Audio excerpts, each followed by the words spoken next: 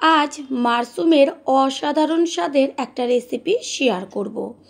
সাধারণ মশলা দিয়ে যে এত অসাধারণ রান্না তৈরি হয় যেটা নাকি খাবার পরই বুঝতে পারবেন। আর এইটা দিয়ে ভাত, রুটি, লুচি, পরোটা সমস্ত কিছু কিন্তু একদম জমে যাবে। নমস্কার বন্ধুরা, শ্বশুর বৌমা রান্নাঘর অ্যান্ড ব্লগ চ্যানেলে সকলকে স্বাগত। তাহলে রেসিপিটি কি করে তৈরি করব সেটাই দেখে নেওয়া যাক। প্রথমেই এইখানে নিয়েছি রেসিপিটি তৈরি করার জন্য মাশরুম। আর মাশরুমগুলোকে কিন্তু ভালো করে প্রথমে জল দিয়ে ধুয়ে নিতে হবে। এইখানে আমি একটা বড় পাত্রের মধ্যে নিয়েছি জল, আর তার মধ্যে দিয়ে দিলাম 1 চামচ হলুদ। হলুদ জলের মধ্যে মাশরুমগুলোকে ঢেলে দেব। তারপর হাত দিয়ে চটকে চটকে কিন্তু মাশরুমগুলোকে 3 থেকে 4 বার জল পাল্টে পাল্টে ধুয়ে নিতে হবে। যেহেতু মাশরুমগুলো মাটিতে তৈরি হয় সেই কারণে কিন্তু মাশরুমগুলোর গায়ে প্রচুর পরিমাণে নোংরা থাকে।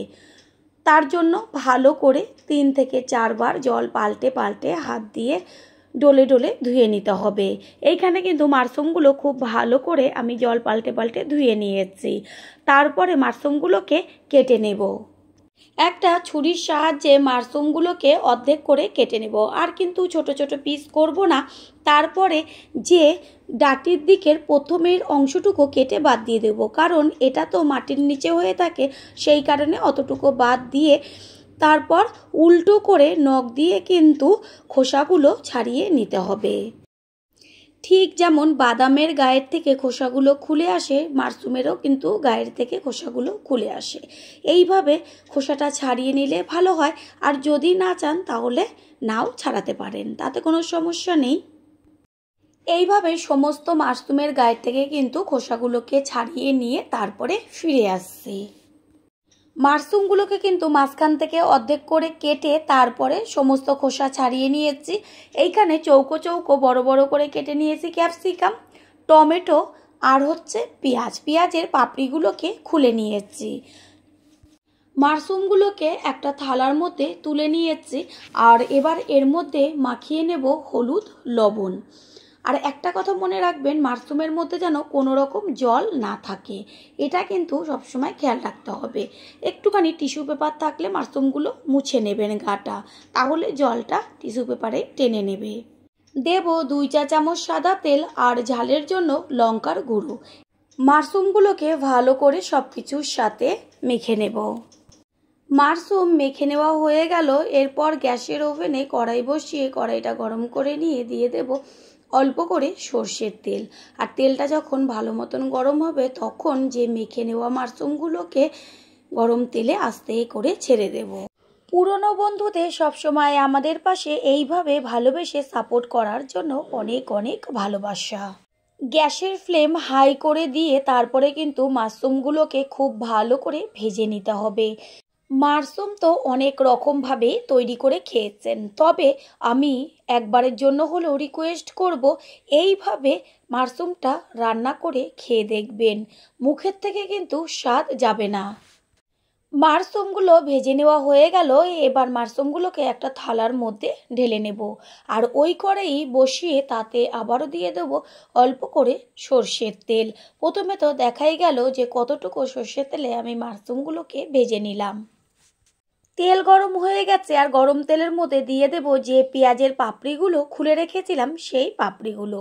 পেঁয়াজ তাড়াতাড়ি নরম হয়ে যাওয়ার জন্য দিয়ে দিচ্ছি পরিমাণ অনুযায়ী লবণ। লবণটা দিয়ে পেঁয়াজের সাথে মিশিয়ে দিয়ে ভাজা অবধি অপেক্ষা করব।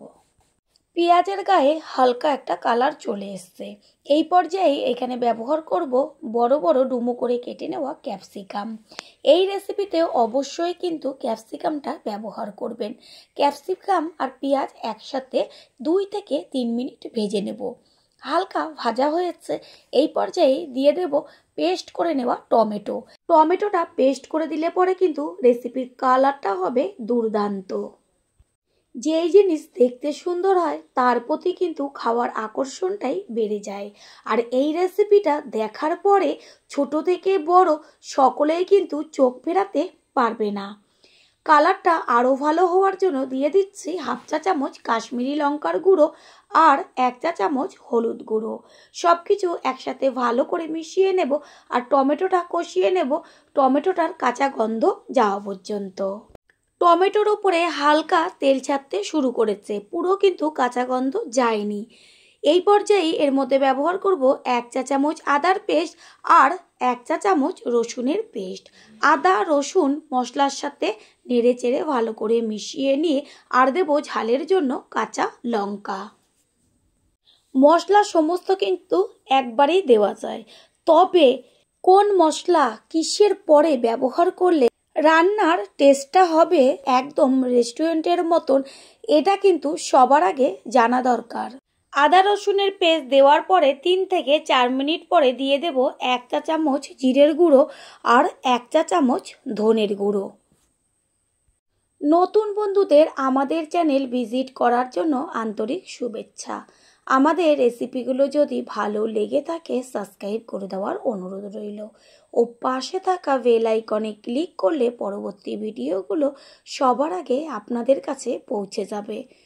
কথা বলতে বলতে এদিকে মশলাটাও কষানো হয়ে গেছে, কত সুন্দর মশলার উপরে তেল ছাড়ছে আর একটা সুন্দর গন্ধ বেরোচ্ছে।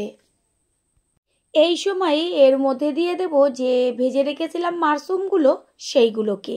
এইখানে একটা কথা, কেউ চাইলে মাশরুমটা না ভেজে সরাসরি লবণ হলুদ তেল দিয়ে যে মাখানো ছিল সেটা কিন্তু কাঁচা অবস্থায় দিতে পারেন, তবে মাশরুমের মধ্যে একটা কেমন গন্ধ আসে, ভেজে দিলে সেটা কিন্তু আসবে না। মাশরুমটা দেওয়ার পরে দিয়ে দেব 2 চা চামচ সোয়া সস। সোয়া সসটার সাথে মাশরুম মশলা সমস্ত কিছু একসাথে মিশিয়ে নেব। কালারটা দেখা যাচ্ছে কত সুন্দর এসছে, দেখা মাত্রই কিন্তু জিভের থেকে জল পড়ে যাবে। মাশরুমটা সম্পূর্ণ কষানো হয়ে গেছে আর এবার এর মধ্যে দিয়ে দেবো উষ্ণ গরম জল। গ্যাসের ফ্লেম হাই করে জলটাকে মশলার সাথে মিশিয়ে নিয়ে তারপর ভালো করে ফুটতে দিতে হবে। যখন টকবক করে ফুটতে শুরু করবে তখন গ্যাসের ফ্লেম লো টু মিডিয়ামে রেখে একটু ঢেকে দিতে হবে মাশরুমটা হবার জন্য। মাশরুম হতে কিন্তু একদমই বেশি সময় লাগবে না। কিছুক্ষণ বাদে ফিরে এসে কড়াইয়ে ঢাকনাটা সরিয়ে দিয়ে গ্যাসের ফ্লেম হাই করে দিয়ে সমস্ত কিছু একবার মিশিয়ে নেড়েচেড়ে নেব। মাশরুমটা চেক করে নিয়েছিলাম লবণ লাগবে কিনা, একটু কম রয়েছে সেই কারণে দিয়ে দিলাম ছোট চামচের 1 চা চামচ লবণ। টেস্টটা আরও বাড়াবার জন্য দিয়ে দিচ্ছি এখানে 1 চা চামচ টমেটোর সস। সমস্ত কিছুর ব্যালেন্সটা ঠিক রাখার জন্য দিয়ে দিচ্ছি ছোট চামচের 1/2 চা চামচের থেকেও অল্প পরিমাণ চিনি। সব শেষে দিচ্ছি ছোট চামচের 1 চা চামচ গরম মশলার গুঁড়ো। এবার গ্যাসটা অফ করে দেব, আর কিন্তু কোনো রকম মশলা ব্যবহার করব না। দেখাই গেল ঘরে থাকা সামান্য মশলা দিয়েই অসাধারণ রান্না তৈরি হয়ে গেল। গ্যাস অফ করে দেওয়ার আগে ওপরে ছড়িয়ে দেওয়া হলো কুচিয়ে নেওয়া ধনেপাতা, আর ধনেপাতাটা দিয়েই কিন্তু গ্যাস অফ করে একটা ঢাকনা দিয়ে ঢেকে দেব। কিছুক্ষণ বাদে ফিরে এসে কড়াইয়ের ঢাকনাটা সরিয়ে দিয়ে সম্পূর্ণ লুকটা দেখিয়ে দিচ্ছি। এবার একটা পাত্রে সার্ভ করে দেব। তৈরি হয়ে গেল আজকের রেসিপি মাশরুম মশলা। আশা করি রেসিপিটি ভালো লাগলো, আর যদি ভালো লেগে থাকে একটা লাইক কমেন্ট পারলে একটা শেয়ার করে অবশ্যই জানাবেন। আপনাদের দেওয়া একটা লাইক ও একটা শেয়ার কিন্তু আমাদের কাছে অনেক অনেক গুরুত্বপূর্ণ, তাই প্লিজ কেউ একটা লাইক ও একটা শেয়ার করতে একদমই ভুলবেন না। All friend, thanks for watching my video. আপনারা সকলে ভালো থাকবেন, সুস্থ থাকবেন। আবারও দেখা হবে অন্য কোনো রেসিপির এপিসোডে।